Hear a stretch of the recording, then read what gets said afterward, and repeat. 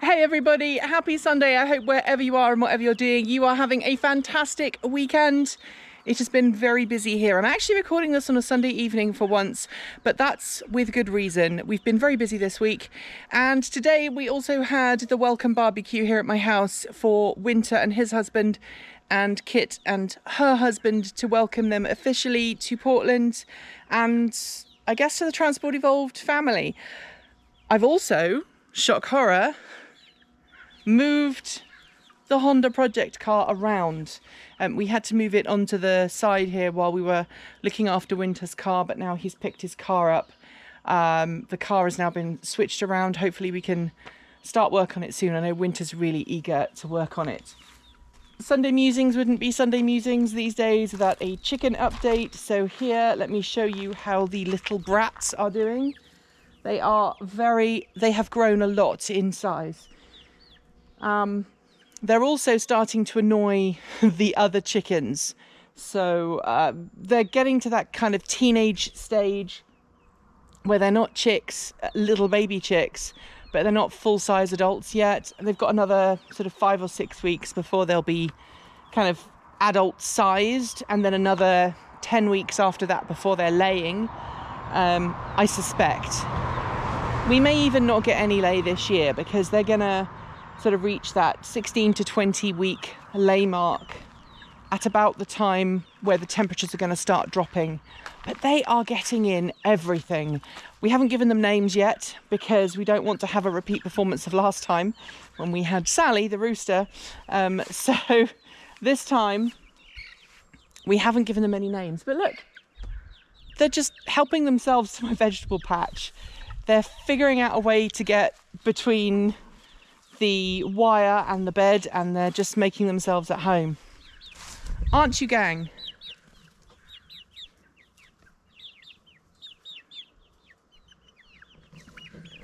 Chicken troublemakers, for sure. The garden is kind of suffering a bit because I've been so busy. My gophers have actually managed to dig up some of my peas and some of our beans, our fava beans, or broad beans as we call them in the UK. Some of our parsnips, our beans and our broccoli are doing okay still. So I've got to soon think about planting winter crops, because it's that time of year where you start thinking about planting winter crops. And at that point, just chickens having fun. At that point, we'll be able to start thinking about the fall and apple harvests. We had our first apples today and our first blackberries today. We made a blackberry and apple crumble for the barbecue, which was very popular with homemade ice cream. So yeah, it's winter is coming, I guess, or rather fall first, or autumn and then winter. And I'm saying that wearing t-shirts and a short. But that's not what I want to talk to you about today. What I want to talk to you about today is inside. So let's go inside and we'll continue the conversation. So the subject of today's video is, do you repair your own things? Do you rely on other people to fix them for you? And more importantly, when things break, do you look at it and try and figure out what's wrong? Do you try and repair it yourself? Or do you just go to the shops and buy a new one? This is our washing machine. I say washing machine, it's actually a double washing machine. It's one of those fancy ones that you can get in America that has a top washer for your delicate undies and then a main washer underneath. When we came back from our road trip across America, the bottom dryer was leaking and it was putting water on the floor, and so we had to figure out what was wrong. And now, this wasn't planned. The top washer has started leaking today, literally just after the barbecue. So had I filmed this earlier, I wouldn't be able to stand here and talk to you about fixing your washing machines. Now, we think in this case it's the seal. So previously, it was this seal here that was really dirty and horrible, and we just cleaned it, and hopefully that fixed that first problem. But now, we believe we had some dirt and gunk around the top here, which we've just cleaned, because that was also leaking and leaking large amounts of water, and the water was draining all the way down onto the floor, which of course is very bad.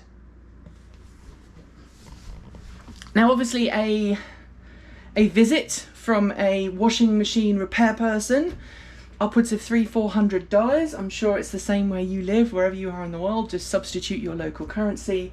That's kind of expensive. So the first thing we try to do is to troubleshoot the problem ourselves. And that includes, for us, one of us lifting up the machine, you know, tilting it back, while the other one has a look underneath, see where the water's coming from, mopping up the water, cleaning around all the surfaces, and making sure this isn't something we can't fix ourselves. But I know not everybody does that. I know that there are people out there who, for whatever reason, don't feel comfortable doing their own repairs, or don't feel empowered to do their own repairs. And I think those are two different things. You know, sometimes people might have the knowledge and the experience, but they might not feel that they have permission to do the repair. That might be the case, for example, if you own a car and you have a problem with your car and you're pretty convinced you know what the problem is, but maybe your car is still in warranty. So rather than repair it yourself, you're gonna get it to the local repair centre and get it looked at so that you don't break your warranty. The other thing I'm curious to know about is, you know, if there's been moments where something is broken and someone has said, no, you can't fix it, and then you've gone ahead and fixed it anyway. A good example was an exercise bike we had a couple of years ago. We bought it in the UK. It was pretty old when it came to the US, and it broke, and we took it apart and we put new capacitors on the board because the capacitors were dead. It would have worked, but then I broke it while I was repairing it, and I'm willing to accept that I broke it. I delaminated the board because my soldering iron was just a little bit too hot when I was removing those capacitors and putting the new ones on. I actually did a live stream on that. Unfortunately, that one had to go to be recycled, and we ended up getting a new exercise bike. But I know that in the past I've fixed radios and parts of TVs and things like that. I've just looked at the diagnostic and finally figured out what the problem was and fixed it myself. And obviously fixing and repairing things when they go wrong is a far more ecologically sound thing to do than just going out to the shops and buying a new one. And a couple of years ago, my teenage daughter, who at the time was 15, had something go wrong with her computer, and I was helping her fix it, and she wasn't paying any attention. And I said, so, you know, if you don't watch, you won't know how to fix it if it goes wrong. And she just looked at me and blankly said, oh, I'll just get a chap to do it for me. And that really shocked me.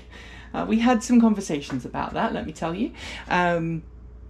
But she doesn't have kind of any inkling or any interest in fixing things and repairing things, even to this day. You know, if something goes wrong with her bike, she doesn't want us to fix it. She'd rather pay the repair shop to do it. And there's nothing wrong with that. Obviously, it costs you a bit more money. It's her money. She can do what she wants with it. But I know that for me, there's also a certain pride that comes from being able to repair things and fix things and not have to wait for a repair person to come out. And I know I'm sidling into the bathroom, but the same thing is true here in the guest bathroom. We had a leak last year from our water tap, the water that fills into the cistern. And at the time, my wife and I both hate plumbing. We called up a repair place and just for the sheer hell of it asked how long it would take to get someone out and what the cost would be, and they were saying like a couple of weeks and it would be like $500.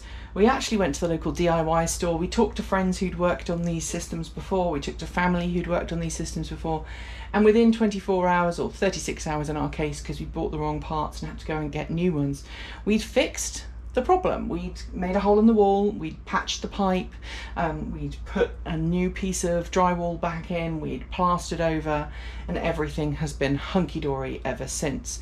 So I know I'm not the only person to do that, she says, falling over the wet and dry vac, because obviously we had water coming out here earlier on today.